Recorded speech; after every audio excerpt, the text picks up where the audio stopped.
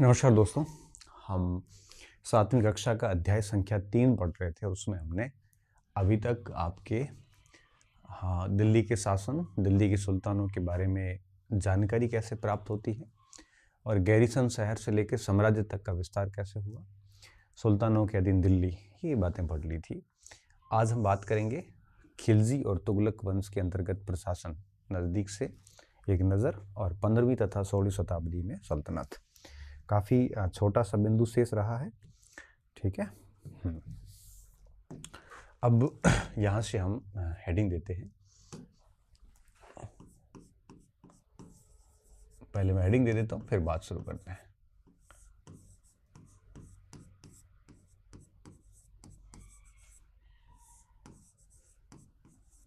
काल का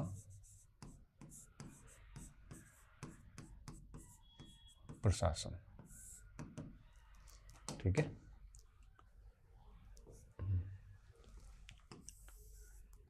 ये पॉइंट हम अभी समझने वाले हैं और इसके बाद हम अंतिम हेडिंग पे आ जाएंगे।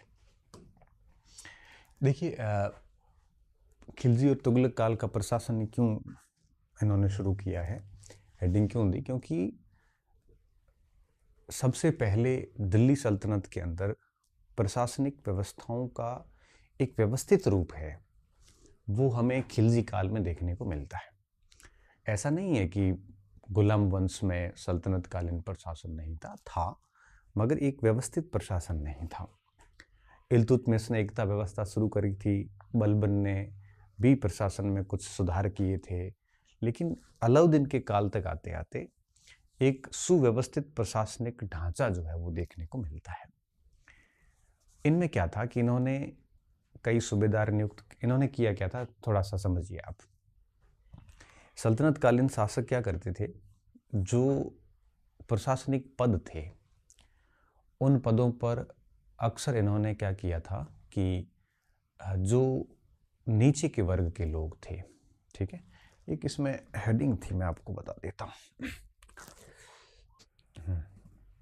ये टेबल थी इसमें, तो देखिए, खिलजी और तुगलक वंश के अंतर्गत प्रशासन, नज़दीक से एक नज़र। मैं बताना चाह रहा था कि इन शासकों ने किया क्या था कि प्रशासन के जो बड़े पद थे, जैसे कई सारे प्रांत थे राज्यों में, और प्रांत के ऊपर एक सूबेदार की नियुक्ति की जाती थी, इक्तादार मुक्ति भी कहते थे उसको। इन्होंने क्या किया कि प्रशासन के ऊपर अपने विश्वसनीय लोगों को, जिनके ऊपर बहुत फेथ था, उन्हीं लोगों को इन्होंने प्रशासनिक पद दिए। अब फेथ किस पे था? फेथ बेसिकली गुलामों पे था। ये गुलाम खरीदते थे सैनिक सेवा के लिए, फिर उनको राजनीतिक रूप से एक प्रशिक्षित किया जाता था, बड़ी ट्रेनिंग दी जाती थी। उसके बाद ये बड़े लॉयल थे गुलाम एक तरह से, और गुलामों को प्रशासन के बढ़िया पद दे दिए जाते थे। दूसरा क्या करते थे, आश्रित जो नीची जाति के लोग थे, जो नीची जाति मतलब हिंदू थे या फिर कुछ ऐसे मुसलमान भी थे जो ये अपने बराबर नहीं मानते थे, उन आश्रित जो वर्ग थे उनको भी बड़े पद दिए जाते थे, और ये बड़े लॉयल रहते थे इनके प्रति, बड़े भरोसेमंद होते थे, समर्पित होते थे। हालांकि इनकी आलोचना भी की जाती थी। जो बरनी लिखता था या फिर जो भी उस समय के दरबारी जो इतिहासकार थे, वो इनके इस कदम की अक्सर आलोचना करते थे कि नीचे के वर्ग के लोगों को बड़े पद नहीं देने चाहिए। अमीर लोग भी नाराज होते थे, क्योंकि सीधी सी बात है, अगर बड़े पद उनको देंगे तो अमीरों को तो दिक्कत होगी, है ना। इस प्रकार से परेशानियां होती थी उनको, मगर बड़े पद इसलिए दिए जाते थे कि वो बहुत लॉयल लोग थे, वो धोखा नहीं कर सकते थे। लेकिन परेशानी कहाँ होती थी, जब राजा की मृत्यु हो जाती थी और जब उसका उत्तराधिकारी शासक बनता था, तो अपने दासों को शासक पद देता था, पुराने दासों को इतनी वैल्यू नहीं देता था। तो उसका परिणाम क्या निकलता था कि नए दास और पुराने दास, अर्थात नए अधिकारी और पुराने अधिकारियों के बीच में विवाद शुरू हो जाते थे, और अमीर और निम्न वर्ग के बीच का विवाद शुरू हो जाता था। तो प्रशासन में ऐसे कई विवाद हमें सल्तनत काल में देखने को मिलते हैं। ये जो दास थे उनको बंदगां कहा जाता था। बंदगान का मतलब होता है दास, और ये लोग है वो प्रशासन का संचालन करते थे। ये भरोसेमंद होते थे। बस इनकी समस्या सिर्फ इतनी थी कि एक तो अपर क्लास जो थी सोसाइटी की, मुस्लिम अपर क्लास, अमीर लोग, वो इसका विरोध करते थे। और दूसरा, जब उत्तराधिकारी शासक बन जाता था तो उसके जो पिता के समय के जो दास थे, अधिकारी थे, वो अधिकारी उतने लॉयल नहीं रहते थे। और दूसरा शासक अपने नए दासों को, अपने विश्वसनीय दासों को शासक बना देता था अधिकारी। तो पुराने अधिकारी और नए अधिकारियों के बीच में विवाद होता था। तो प्रशासन में ऐसे कई विवाद है वो देखने को मिलते हैं। दासों की बड़ी इज्जत थी एक टाइप से। क्या लिखा देखो दासों के बारे में। सुल्तानों को सलाह दी जाती थी, वो बेटों से बढ़कर गुलाम को मानते हैं। क्या लिखा है कि वो बेटों से बढ़कर गुलाम को मानते हैं। सुल्तान को क्या सलाह दी जा रही है कि जिस गुलाम को हमने पाला पोसा है और आगे बढ़ाया है, उसकी हम देखभाल करनी चाहिए, उसकी हमें देखभाल करनी चाहिए, क्योंकि तकदीर अच्छी हो तभी पूरी जिंदगी में कभी कभी ही योग्य और अनुभवी गुलाम मिलता है। बुद्धिमानों का कहना है कि योग्य और अनुभवी गुलाम बेटे से भी बढ़कर होता है। तो ये लोग गुलामों की बड़ी इज्जत करते थे और गुलामों को बड़े पद दिए जाते थे, जिससे कि आपके वो विश्वसनीय भी रहते थे और एक समर्पित होकर काम भी करते थे। अब आप सोचो, पहला वंश ही गुलाम वंश था। कुतुबुद्दीन ऐबक, इल्तुतमिश, बलबन, ये सब गुलाम थे और इन गुलामों ने बड़े तरीके से शासन किया था। मोहम्मद, और दूसरा मैंने कहा, एक तो गुलाम शासन कर रहे थे और दूसरा जो समाज का नीचे का वर्ग था, जिसे हम आश्रित वर्ग कहते हैं, उनको भी बड़े पद दिए गए थे। मोहम्मद बिन तुगलक के बारे में बहुत सारे पॉइंट्स आते हैं, आपको पता हो तो मैं आपको बताता हूँ। मोहम्मद बिन तुगलक के समय कई सारे ऐसे पद थे जो छोटे लोगों को दिए गए थे, जैसे अजीज खुमार। अब अजीज खुमार जो था, ये कौन था? ये व्यक्ति जो है वो आपके एक सेकेंड, कलाल था। कलाल कौन होते हैं? शराब बेचने वाले। कई बार आता है अजीज खुमार कौन था, तो मोहम्मद बिन तुगलक ने अजीज खुमार नामक कलाल और फिरोज हजाम, हजाम का मतलब नाई होता है, हजाम नाई, मनखा तबाब नामक बावर्ची, और ये बावर्ची और लड्डा व पीरा नामक मालियों को ऊंचे प्रशासनिक पद दिए थे। अब ये जो नाम है बैठाया था, ये नाम जनरली पुस्तकों में नहीं मिलते, ये एनसीईआरटी में मिलते हैं। मैंने मोहम्मद बिन तुगलक की शायद 10-12 क्लासें ली होगी। एक नाम मैंने भी लिखवाया इसमें, लेकिन बाकी नाम मेरे लिए भी नए हैं, बड़े ये। अब ये प्रश्न आ जाते हैं ना, अजीज खुमार, फिरोज हजाम, लड्डा पीरा, निम्नलिखित में से हिंदू जो है ये, या जो अधिकारी हैं, किसके प्रशासन में थे? तब हमारी हालत खराब हो जाती है उत्तर देने में। ये मोहम्मद बिन तुगलक के शासनकाल में थे और ये नीची जाति के लोग माने जाते थे। अब जियाउद्दीन बर्नी ने इनकी बड़ी आलोचना की है। बर्नी क्या लिखता है? बर्नी लिखता है कि ये शासक की जो है ना, ये विवेक मर गया, उसकी बुद्धि भ्रष्ट हो गई है कि ऐसे लोगों को शासन में स्थान दे रहे हैं। क्या लिखा है कि सुल्तान की राजनीतिक विवेक का नाश हो गया है, कि अक्षमता के उदाहरण है ये। तो ये दोनों पैराग्राफ बड़े महत्वपूर्ण हैं, आप इनको बढ़िया से समझना और लिखना भी, कि आपके ख्याल से बर्नी ने सुल्तान की आलोचना क्यों की थी। बर्नी कट्टर मुस्लिम था और वो नहीं चाहता था कि समाज के अंदर, प्रशासन के अंदर ऐसे लोगों को लिया जाए जो या तो मुस्लिम नहीं है या फिर नीचे के वर्ग के लोग। वो हमेशा उच्च वर्ग के लोगों का समर्थन करता था। बर्नी का इतिहास ही उच्च वर्ग का इतिहास था, इसलिए कहते हैं कि बर्नी ने इनका गजब विरोध किया था। बर्नी का ये मानना था कि ये मोहम्मद बिन तुगलक की बुद्धि भ्रष्ट हो गई है कि उसने ऐसे लोगों को प्रशासन में स्थान दिया। तो अब इस दोनों पैराग्राफ से हमें एक चीज़ मिलती है जानने को, वो ये कि इस समय प्रशासन के अंदर बड़े पदों पे गुलामों और आश्रित लोगों को स्थान दिया गया था ताकि वो भरोसेमंद रहते थे।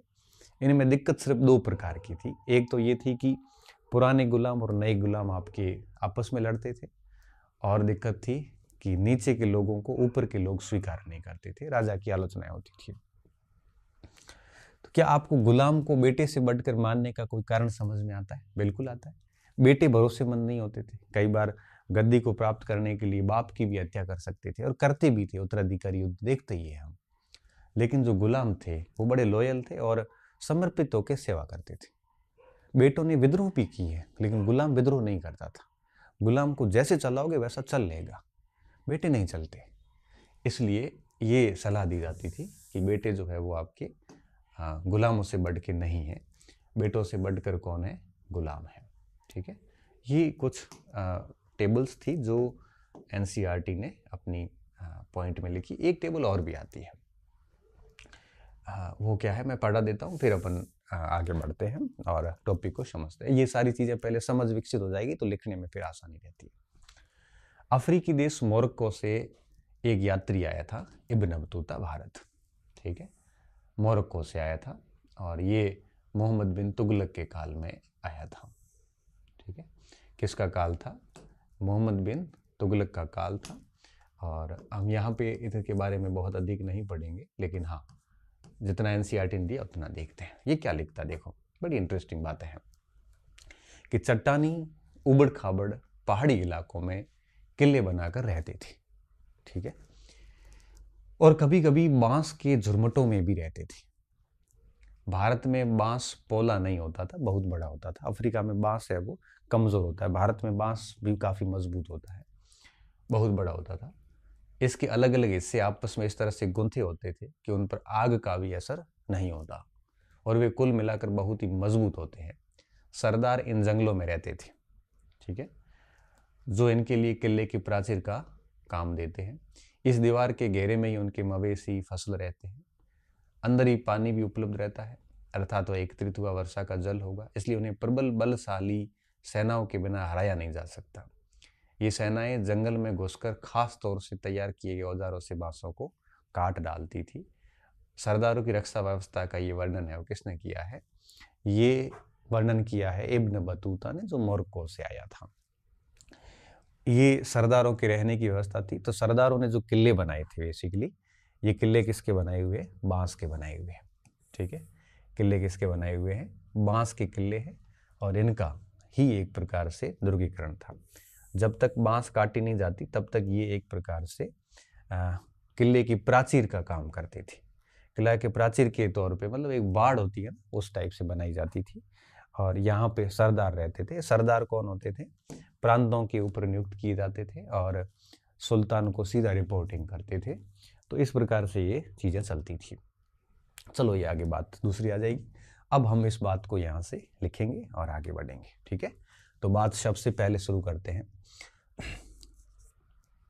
प्रशासन में विश्वसनीय सरदारों और अधिकारियों की, प्रशासकों की जरूरत होती थी। प्रशासन में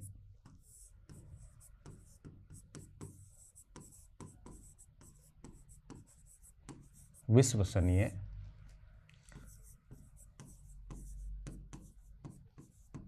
सरदारों, प्रशासकों की जरूरत होती थी।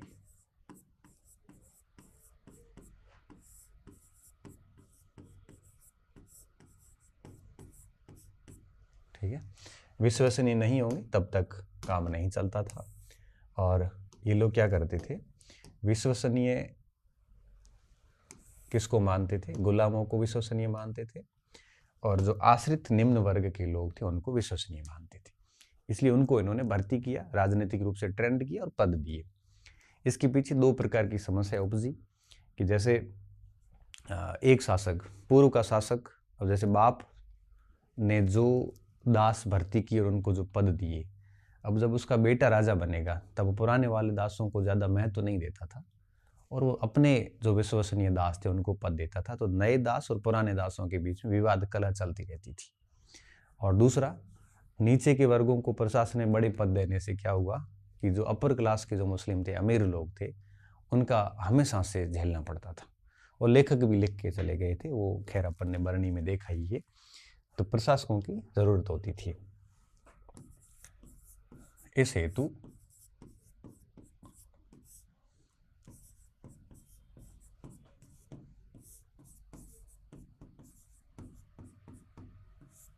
बंदगा,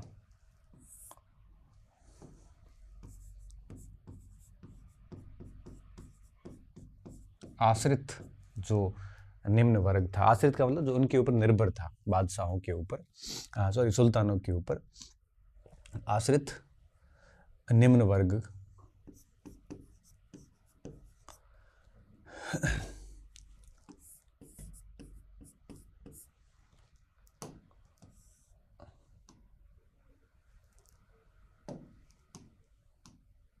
आश्रित निम्न वर्ग को प्रशासन के बड़े पदों पर बिठाया।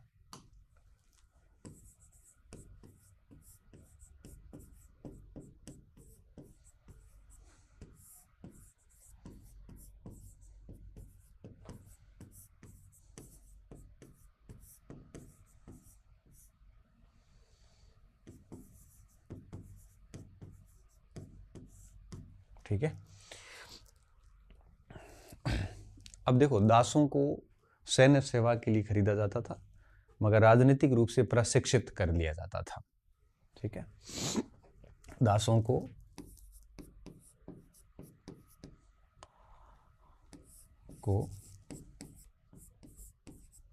सैन्य सेवा हेतु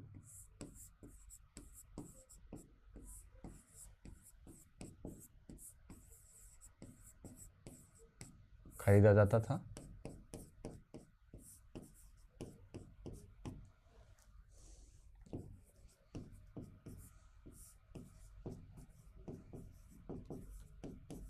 मगर राजनीतिक रूप से प्रशिक्षित कर लिया जाता था।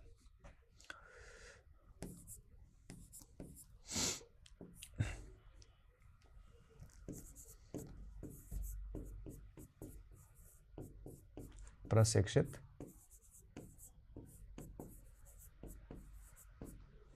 कर लिया जाता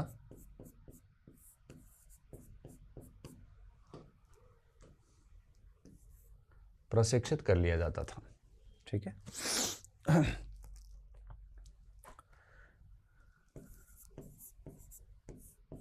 इस व्यवस्था के कारण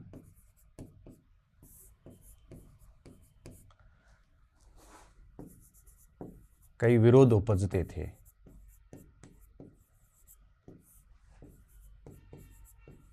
कई विरोध उत्पन्न होते थे। कैसे? सिंपल सा पॉइंट है, नए व पुराने दासों का विरोध, ये मैंने आपको बता दिया। क्योंकि पुराने दास उत्तराधिकारी के प्रति वफादार नहीं होते थे, वो केवल उसी के प्रति वफादार थे जिन्होंने उनको नियुक्त किया था। पुराने दासों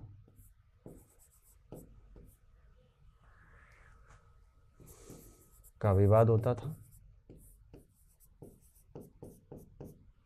और अमीर वर्ग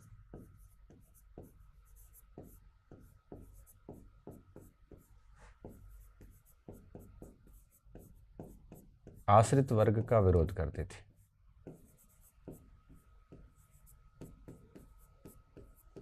का विरोध करते थे। ठीक है, तो ये दो समस्याएं थी। और ये जो व्यवस्था थी, दासों को और निम्न वर्ग के लोगों को बड़े पदों पर बिठाने की व्यवस्था इल्तुतमिश से शुरू हुई थी और अलाउद्दीन खिलजी और मोहम्मद बिन तुगलक के काल तक सतत रूप से चलती रही।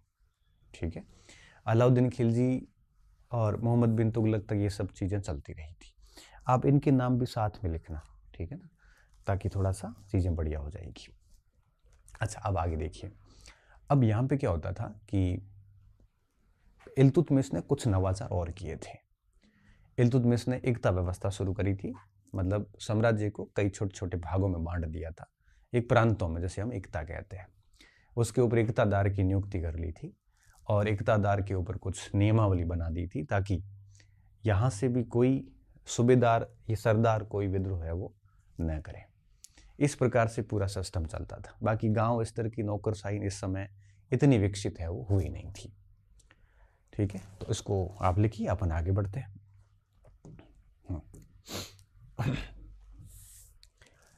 यह व्यवस्था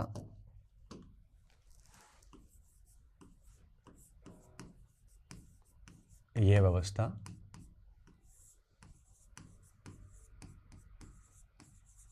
अलाउद्दीन खिलजी व MBT अर्थात मोहम्मद बिन तुगलक तक चली आई।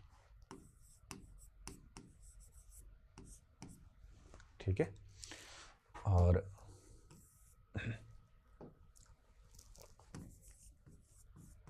इल्तुतमिश ने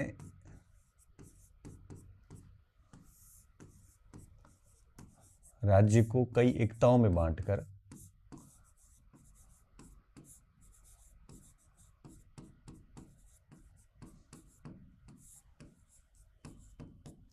बांटा, जिन पर एकतादार या मुक्ति की नियुक्ति की गई थी। बांटा जिन पर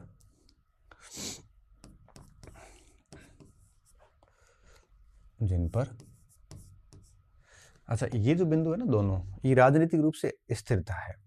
कई विरोध उत्पन्न हुए, ये राजनीतिक अस्थिरता पैदा हुई। ध्यान रखना इस बात का।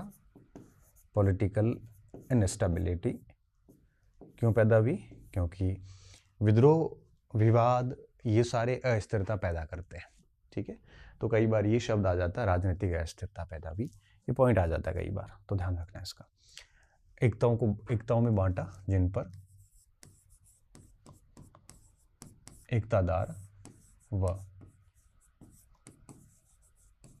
मुक्ति, अथवा लिख लेना आप इस जगह पे, की नियुक्ति की।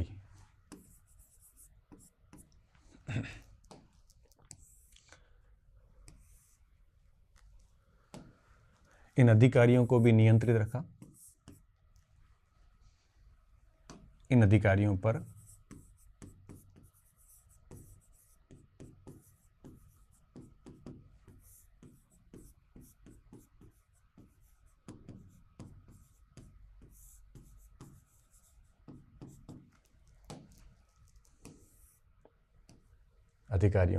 नियंत्रण रखा। कैसे रखा? देखिए, सबसे पहले इनकी जिम्मेदारियां फिक्स की गई। जिम्मेदारियां क्या फिक्स की गई? जो भी राज्य के द्वारा एक निर्धारित कर था, वो इनको वसूलना था। कर निर्धारित था, उससे अधिक ये वसूल नहीं सकते। कर वसूलने के एवज में ये लोग क्या करते थे?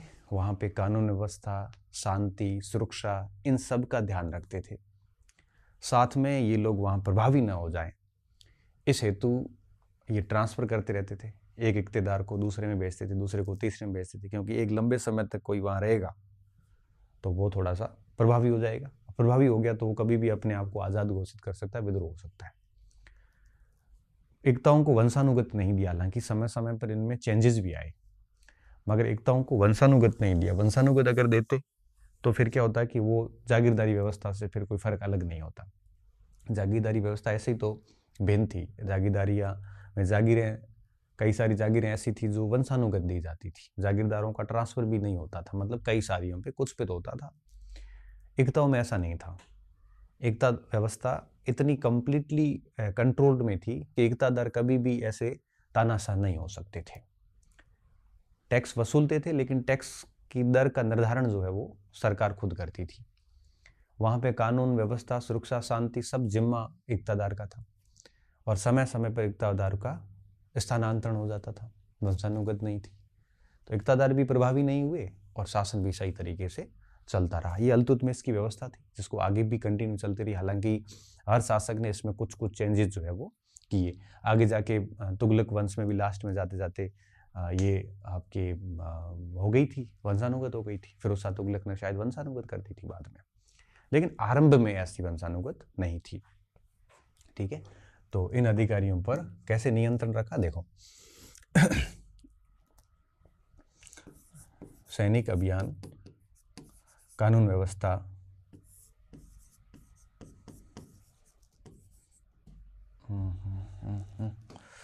सैनिक अभियान,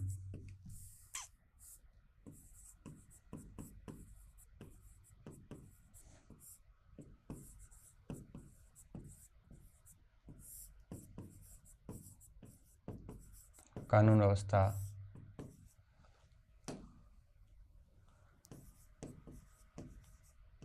राज्य द्वारा निर्धारित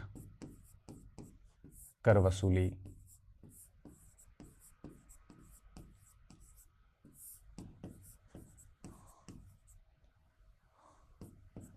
सेना को वेतन देना, क्योंकि कर ये लेंगे तो वेतन भी कौन देगा, यही देंगे, वेतन देना, शांति व्यवस्था बनाए रखना जैसे दायित्व इनको सौंपे गए।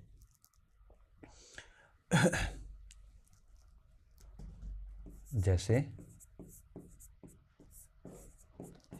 दायित्व सौंपे गए।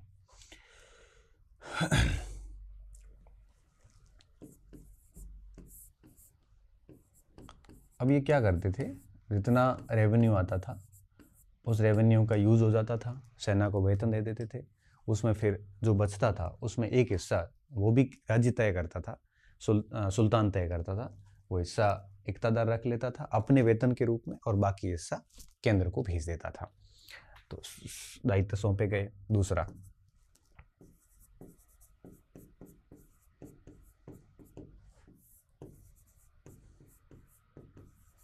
इक़्तिदारों का स्थानांतरण हो जाता था, ट्रांसफर हो जाती थी।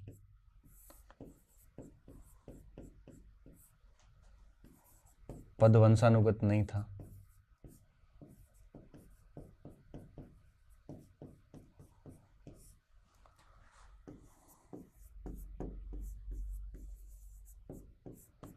ताकि ये प्रभावी ना हो,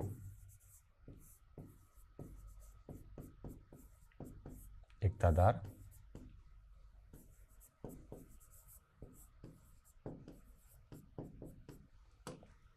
ठीक है। समय समय पर इस व्यवस्था में परिवर्तन आते रहे हैं, लेकिन ये एक आरंभ में जो एकता व्यवस्था थी उसकी ये मेन जो है वो बातें थी।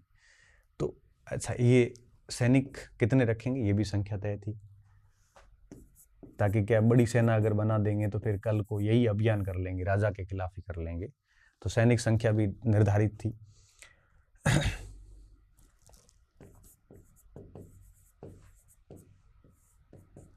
संख्या निर्धारित थी, ठीक है। तो एमबीटी और अलाउद्दीन ने इसको बड़ा कठोरता के साथ लागू किया था, ठीक है। तो ये आप बात है वो लिख लीजिए। अब अपन अगली हेडिंग पे आते हैं। अगली हेडिंग है 15वीं तथा 16वीं शताब्दी में सल्तनत। अब देखो 15वीं और 16वीं शताब्दी का मतलब था जिसमें सैयद वंश और लोदी वंश आते हैं। ये इस काल में सल्तनत थोड़ा बिखरने लगा और क्षेत्रीय शक्तियाँ जो थी, चाहे वो बंगाल हो, चाहे वो आपके दक्षिण के भाग हो, चाहे वो उत्तर पश्चिम के भाग हो, ये आज़ाद होने शुरू हो गए थे।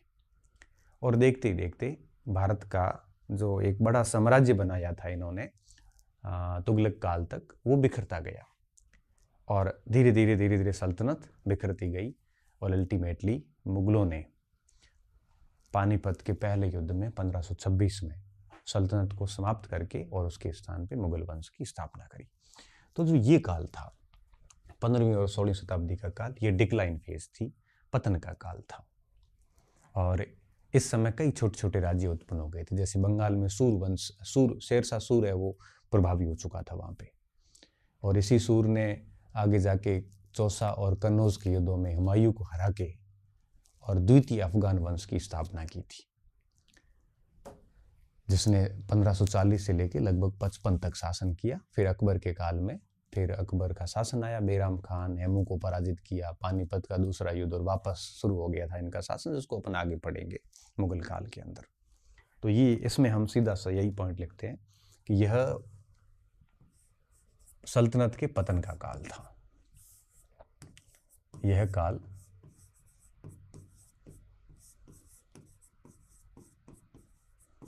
सल्तनत के पतन का काल था, ठीक है, पतन का काल था। इस अवधि में सैयद वंश और लोदी वंश का शासन रहा। सैयद वंश व लोधी वंश ने इस काल में शासन किया, इस काल में शासन किया।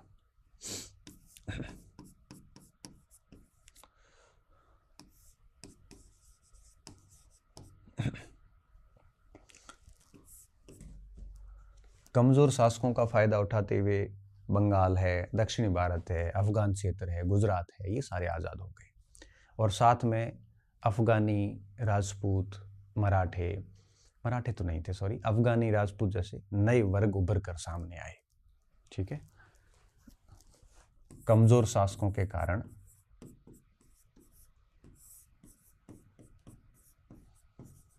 बड़े वीक शासक थे, कमजोर शासकों के कारण बंगाल, गुजरात, दक्षिणी भारत व अफगान क्षेत्र सल्तनत से स्वतंत्र हो गए, सल्तनत से स्वतंत्र हो गए।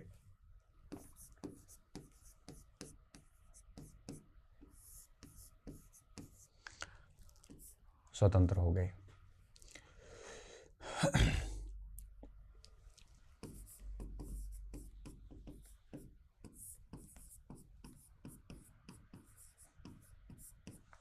इन्होंने अपनी अलग राजधानियां है वो बना ली थी। इन्होंने अपनी अलग समृद्ध राजधानियां बनाई।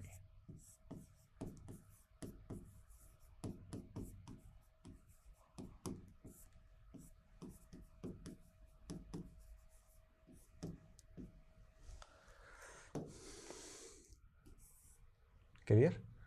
अच्छा, अब आता दूसरा पॉइंट। इस समय अफगान और राजपूत जैसे नए जातीय वर्ग जो है वो उभरे, शक्तिशाली रूप से उभरे थे। राजपूतों से भी ज्यादा मजबूत वर्ग इस समय अफगान था।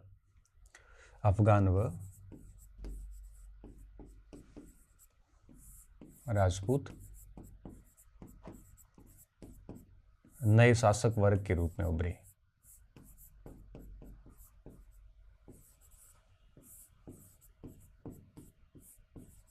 नए शासक वर्ग के रूप में उभरे। अफगानियों को तो क्या था, सीधा सा पॉइंट था कि लोधी अफगानी थे और मुगलों ने लोधियों को पराजित किया। अब लोधी सिर्फ यही चाहते थे कि मुगलों को वापस पराजित करें। ठीक है, अफगानियों में शेरशाह सूरी प्रमुख था।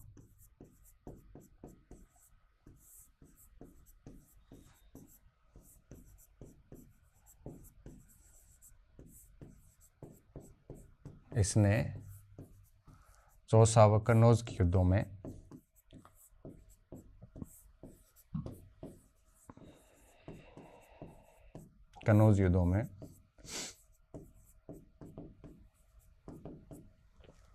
हुमायूं को हराकर, ये बाद की बात है, हुमायूं को हराकर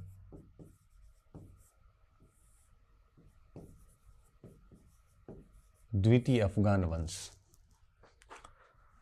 द्वितीय अफगान में कौन थे? सूरवंश। प्रथम कौन था? लोधी वंश के रूप में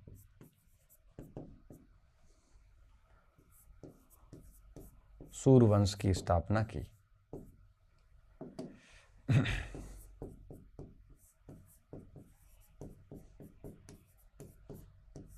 स्थापित की।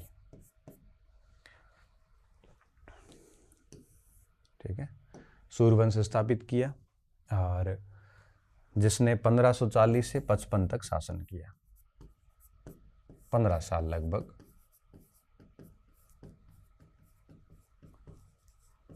15 साल में ही आपको बता दूं मैं कितना प्रभावी रहा होगा ये, कि अलाउद्दीन की नकल करी थी और अकबर ने इसको फॉलो किया था।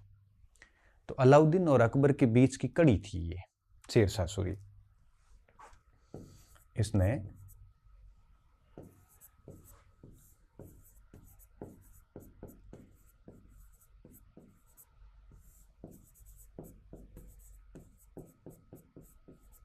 प्रशासन सुधारों के साथ अपनाया,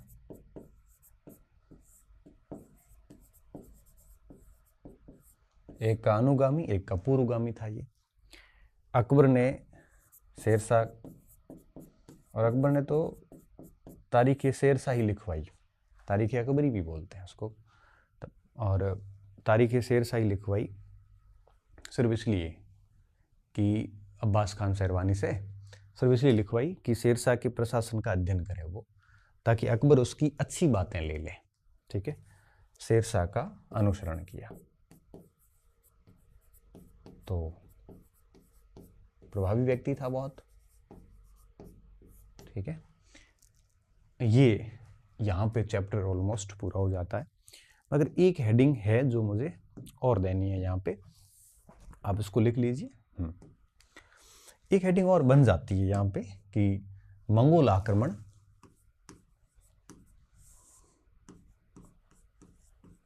ये 2000, मैंने आपको कल बताया था ना, 19 वाली एनसीईआरटी में है।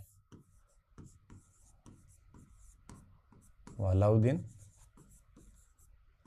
तथा मोहम्मद बिन तुगलक की नीति। हालांकि अलाउद्दीन खिलजी ने ठीक ठाक तरीके से कमर तोड़ दी थी इसकी मंगोलों की, लेकिन अंत में हम देखते हैं कि मंगोलों के आखिरी आक्रमण हमें एमबीटी के काल में देखने को मिलता है। लेकिन अलाउद्दीन के काल में जो मंगोल आक्रमण हुए वो बड़े जबरदस्त थे। सबसे पहले ये सिलसिला 1219 से शुरू होता है। 1219 के अंदर मंगोल चंगेज खान ने, चंगेज भी बोलते हैं, चंगेज भी बोलते हैं, गंगाईज भी बोलते हैं, खान ने ट्रांसऑक्शियन जो है उज्बेकिस्तान वगैरह वहाँ से होके ईरान पे अटैक किया। तो ईरान पे अटैक हुआ, जैसे आप वर्ल्ड का मैप देखोगे तो मान लो जैसे ये भारत है, तो ये लोग ऊपर ऊपर से ऐसे अटैक कर रहे थे। बड़े ज़बरदस्त निर्दयी लोग थे। तो यहाँ के जो राजा राजकुमार वगैरह भाग के इधर आ रहे थे भारत की तरफ, और इनके पीछा कर रहे थे ये लोग। तो 1219 के अंदर इनका यहाँ अटैक हुआ। इसके अटैक के साथ ही भारत के अंदर या सल्तनत पर मंगोल आक्रमण का खतरा मंडराने लग गया था कि कभी भी मंगोलों का अटैक भारत पे हो सकता है। तो इल्तुतमिश ने तो ऐसी नीति अपनाई जिसमें ख्वारिज्म का शाह का बेटा जब यहाँ पे आया तो उसने शरण भी नहीं दी, ये कहते हुए कि भाई हम इतने योग्य नहीं है कि आपको शरण दे सके। बलबन के काल में डिफेंसिव अपनाया गया, सुरक्षात्मक।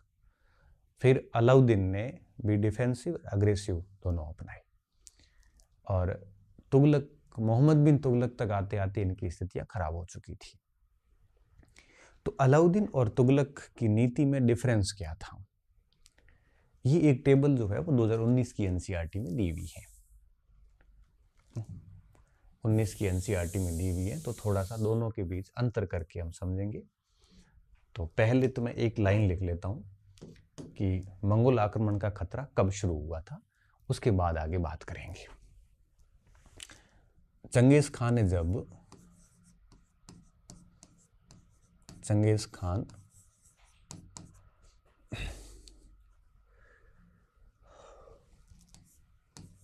मंगोल ने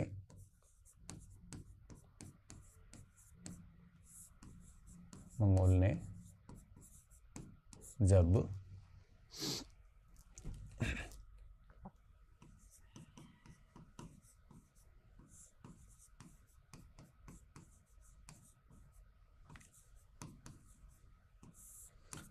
ट्रांसआक्शियन क्षेत्र जो है मध्य एशिया का भाग, इसका एक बड़ा हिस्सा आप जैसे कह सकते हो, वो आजकल अपने उज्बेकिस्तान के अंदर बड़ा हिस्सा कह सकते हो। हालांकि क्षेत्र बहुत बड़ा था, लेकिन इसका अधिकांश हिस्सा आजकल का क्या कहलाता है, उज्बेकिस्तान।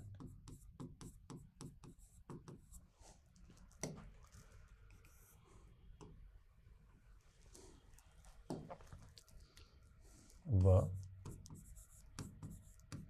ईरान पर 1219 में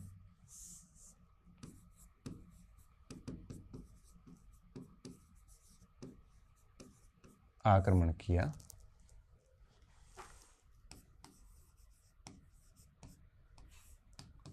तो इसके बाद मंगोलों का भारत आक्रमण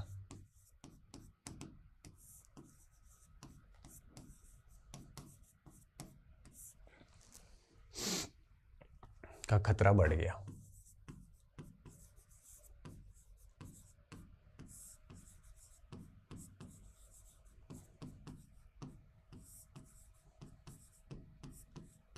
हालांकि मैंने प्रोफेसर बैच में, फर्स्ट ग्रेड बैच वगैरह में जो सल्तनत काल पढ़ा है उसमें मंगोल नीति पूरी पढ़ाई है, बहुत डिटेल से पढ़ाई है। यहाँ पे हम इतनी डिटेल नहीं पढ़ा सकते क्योंकि यहाँ एक लिमिट है, ठीक है।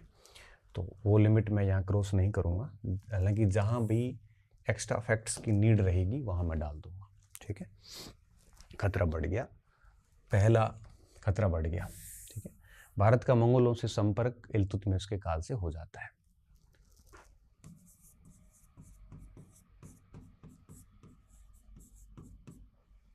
इल्तुतमिश के काल में मंगोल संपर्क हो जाता है।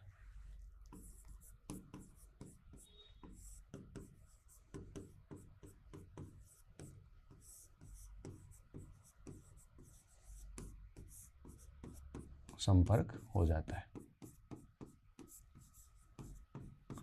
अब बलबन तो डिफेंसिव रहा, बस बचाव की कोशिश न करी। अलाउद्दीन और एमबीटी ने रक्षात्मक की बजाय आक्रामक नीति अपनाई। इन दोनों की नीतियों में निम्न फर्क था। अलाउद्दीन व एमबीटी ने मंगोलों के विरुद्ध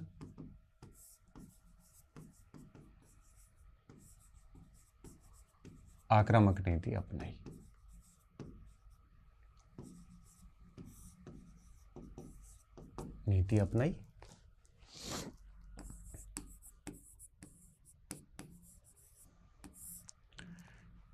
इनमें निम्न फर्क था।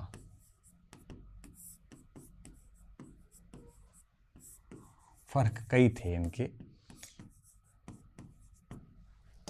जैसे इधर अलाउद्दीन के लिखता हूं, इधर मैं एमबीटी के लिखूंगा, ठीक है। सबसे पहला फर्क देखिए, जैसे मैं बताऊं आपको कि अलाउद्दीन खिलजी ने मंगोलों से निपटने के लिए एक नया गैरिसन शहर बसाया, जैसे हम सीरी दुर्ग कहते हैं। उसके सामने मोहम्मद बिन तुगलक ने क्या किया, किला कोहना का जो पुरानी दिल्ली थी उसी को खाली करवाया और उसी को गैरिसन बनाया, नया गैरिसन नहीं बनाया। और जो जनता थी उसको नई राजधानी बनाई दौलताबाद में, दक्षिण भारत में, वहां भेज दिया। ये नई राजधानी की योजना पूरी फेल हो गई। दूसरा, अलाउद्दीन ने उनसे निपटने के लिए मंगोलों से बड़ी सेना बनाई। सेना इसने भी बड़ी बनाई। अब अलाउद्दीन ने बड़ी सेना को नकद वेतन दिए, क्योंकि जागीरें तो दे नहीं सकते। अब नकद वेतन इतना अधिक हो जाएगा तो टेंशन हो जाएगी, पूरा राज्य घाटे में चले जाएगा। नकद वेतन एमबीटी ने भी दिया। फर्क क्या हुआ देखिए, एमबीटी ने क्या किया, अलाउद्दीन ने क्या किया, नकद वेतन कम दिए और मार्केट की रेट को कंट्रोल किया ताकि कम वेतन में भी सैनिक आराम से सरवाइव कर सके। मतलब कठोरता से बाजार नियंत्रण नीति लाई। अब उधर उन्होंने क्या किया, उन्होंने सैनिकों को ठीक वेतन दिया, अग्रिम वेतन दे दिया एडवांस में। राज्य घाटे में चला गया। तब उन्होंने उस घाटे से निकलने के लिए टोकन मनी शुरू की। टोकन मनी क्या होती है, जब अंकित मूल्य जो होता है, जैसे 10 रुपए का कोई सिक्का है और जो उसमें धातु का मूल्य है, धातु का मूल्य कम होता है, अंकित मूल्य अधिक होता है। मतलब जैसे 10 रुपए के सिक्के में अगर 5 रुपए की धातु है तो टोकन मनी कहलाती है, और 10 रुपए के सिक्के में अगर 10 रुपए या उससे अधिक की धातु यूज हुई है तो फिर वो टोकन मनी नहीं होती। ऐसी योजना शुरू की, वो भी पूरी फेल हुई। अलाउद्दीन ने क्या किया, अलाउद्दीन ने खाद्यान्न संकट को दूर करने के लिए दोआब के अंदर कृषि के प्रयास किए और वहां से खाद्यान्न मार्केट के जरिए सैनिकों तक पहुंचाया। इसने क्या किया, इसने वहां पे टैक्स लगा दिए जोरदार तरीके से, और इसका दुर्भाग्य भी था कुछ, अकाल और बढ़ गया। तो ऐसी पॉलिसीज के कारण अलाउद्दीन की नीतियां तो सफल रही, एमबीटी की नीतियां सारी फेल रही थी। ठीक है, मंगोलों से निपटने की। तो दोनों को अपन तुलना करके पढ़ेंगे। अब देखिए क्या तुलना, पहली तुलना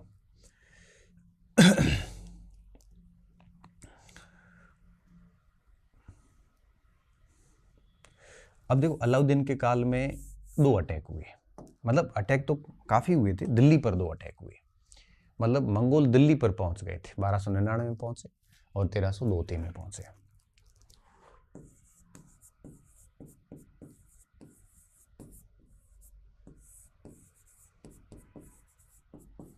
काल में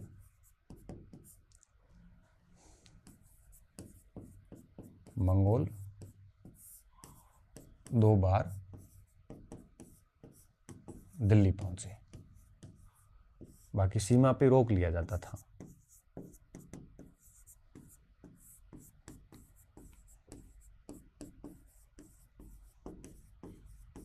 ये तभी तो सीरी का दुर्ग बनाया था इस समय। एमबीटी के काल में 1 बार।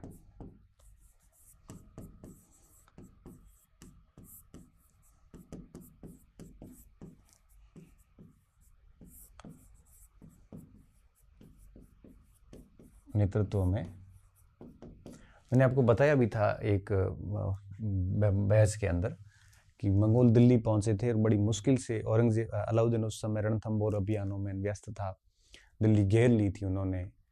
फिर सूफी संतों की सहायता से उसने अंदर जाने की कोशिश की थी और दिल्ली को बड़ी मुश्किल से बचाया था अलाउद्दीन ने। नेतृत्व में एक असफल अभियान हुआ था।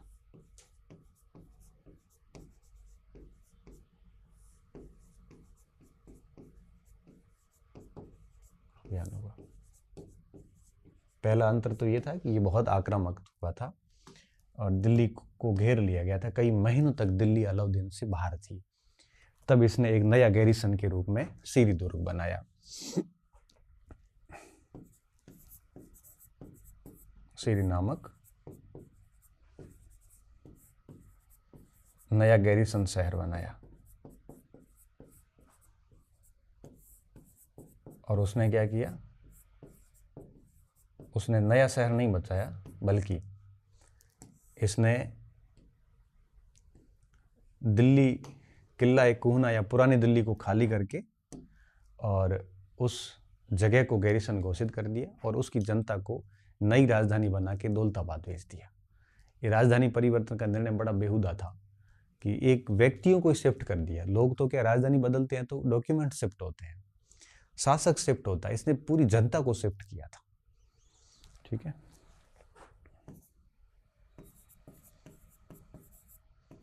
पुरानी दिल्ली, जिसे आप किला कोहना कहते हैं,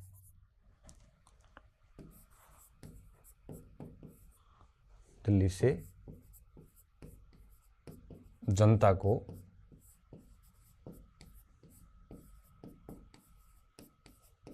दक्षिण में स्थापित नई राजधानी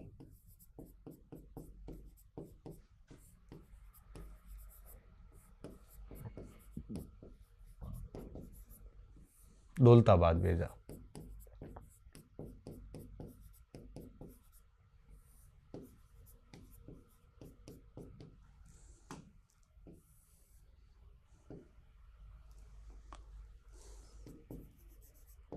और किला कोहना को गैरिसन घोषित किया।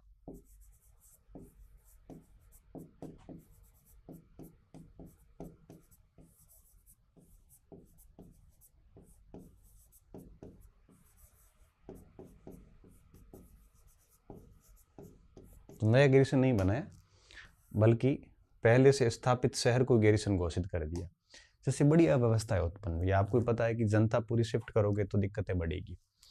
तीसरा, इसने बड़ी सेना बनाई और नकद वेतन दिया और साथ में बाजार नियंत्रण प्रणाली कर दी, ताकि कम वेतन में भी सैनिक आराम से सर्वाइव कर सकते थे। उसने भी क्या किया, बड़ी सेना बनाई, नकद वेतन दिया और अग्रिम दे दिया। फिर अभियान हुआ नहीं तो फिर पूरा राजस्व बर्बाद हो गया। ठीक है, आगे बढ़ते हैं।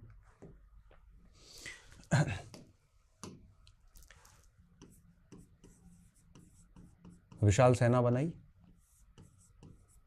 ये वाइट शब्दों में अलाउद्दीन का है।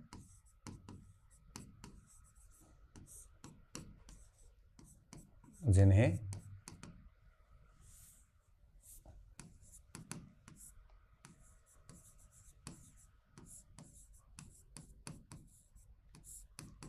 नकद वेतन दिया, साथ ही कीमत नियंत्रण हेतु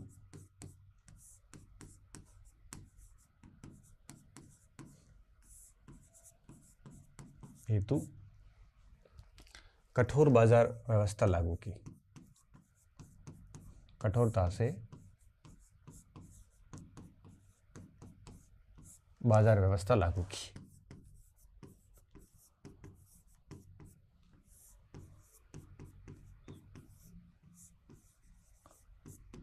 और एमबीटी ने क्या किया? एमबीटी ने विशाल सेना बनाई, नकद वेतन दिया और एडवांस दे दिया और ठीक ठाक दिया। इससे हुआ क्या? इससे हुआ ये कि पूरा राजस्व संकट आ गया और इससे निपटने के लिए सांकेतिक मुद्रा चलाई। पूरी योजना फेल हो गई। ठीक है, नेवी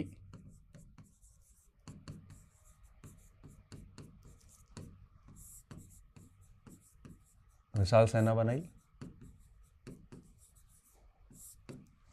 अग्रिम नकद दे दिया,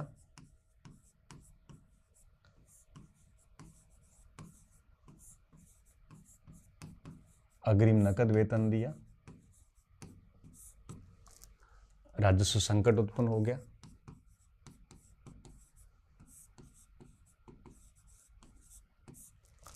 राजस्व संकट उत्पन्न हुआ और इससे निपटने के लिए क्या किया? टोकन मनी या सांकेतिक मुद्रा चलाई, जो पूर्ण रूप से फेल हो गई। इससे निपटने हेतु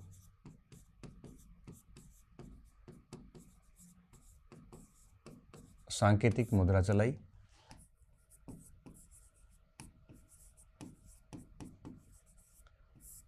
ये खुरासन कराचिल के लिए करी थी इन्होंने कि खुरासन और कराचिल सेना भेजेंगे और उसके लिए एडवांस वेतन दे दिए थे। असफल रही। तो उसकी सारी योजनाएं जो थी वो आपके असफल थी। थोड़ा सा सोच समझ के निर्णय नहीं लिए थे, बस कमी सिर्फ इसी बात की थी। इसके अलावा खाद्यान्नों की कमी न हो, इस हेतु अलाउद्दीन ने क्या किया था? अलाउद्दीन ने आपके किसानों की पैदावार का 50% कर के रूप में लेना निर्णय किया।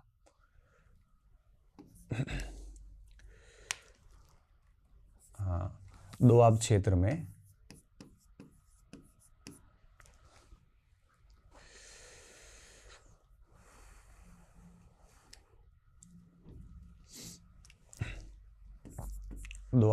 में कृषि का विकास करवाया।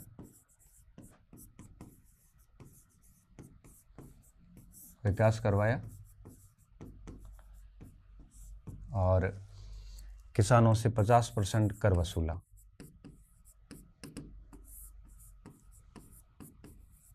ये अनाज के रूप में लेना शुरू किया। 50% कर वसूला तो खाद्यान्न संकट दूर कर दिया इन्होंने। इसने क्या किया? इसने दोआब से एक तो खाद्यान्न इकट्ठा करवाया और हुआ क्या, टैक्स भी लगाया, दोआब में कर वृद्धि की, उसी साल अकाल बढ़ गया। तो इसके साथ दिक्कतें बहुत हुई। ठीक है, दोआब में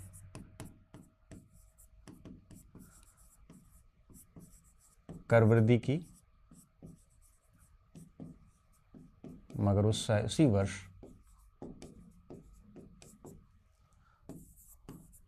अकाल पड़ गया। ये कर भी इतना ही था, 50% ही। सारी योजनाएं असफल रही, योजनाएं असफल रही। ठीक है, बड़ा महत्वपूर्ण पॉइंट आता है, बड़ा प्रश्न आता है सारा। एक प्रश्न इसका ये भी बनता है कि मोहम्मद बिन तुगलक एक बुद्धिमान पागल मूर्ख शासक था। अब बुद्धिमान भी था, पागल शासक भी था, कैसे? इंटरव्यू में भी पूछते, मेंस में भी आता है। तब हमें लिखना पड़ता है कि बुद्धिमान इसलिए था कि उसने जो भी नीतियां सोची थी बड़ी शानदार थी, लेकिन पागल इसलिए था कि इनका इम्प्लीमेंटेशन सही नहीं था। तो लागू करने के मामले में पागल था, नीतियों को सोचने के मामले में बुद्धिमानी व्यक्ति था। अब वो मेंस में आता है, तब हमें ये कोट करने के साथ में कई सारी योजना लिख के और इम्प्लीमेंटेशन लिखना पड़ता है कि इस जगह पे एमबीटी की गलती थी जिसकी वजह से योजना असफल हुई। ठीक है, ये प्रशासनिक रूप से सफल रहा, प्रशासनिक रूप से सफल रहा। यहाँ पे हमारा ये पाठ है वो पूरा हो जाता है। और अब जो नेक्स्ट टॉपिक है वो मुगल काल का है, अगली क्लास में हम उसको पढ़ेंगे। ठीक है, बहुत बहुत धन्यवाद विद्यार्थियों, अच्छे रहिए, मस्त रहिए और पढ़ते रहिए।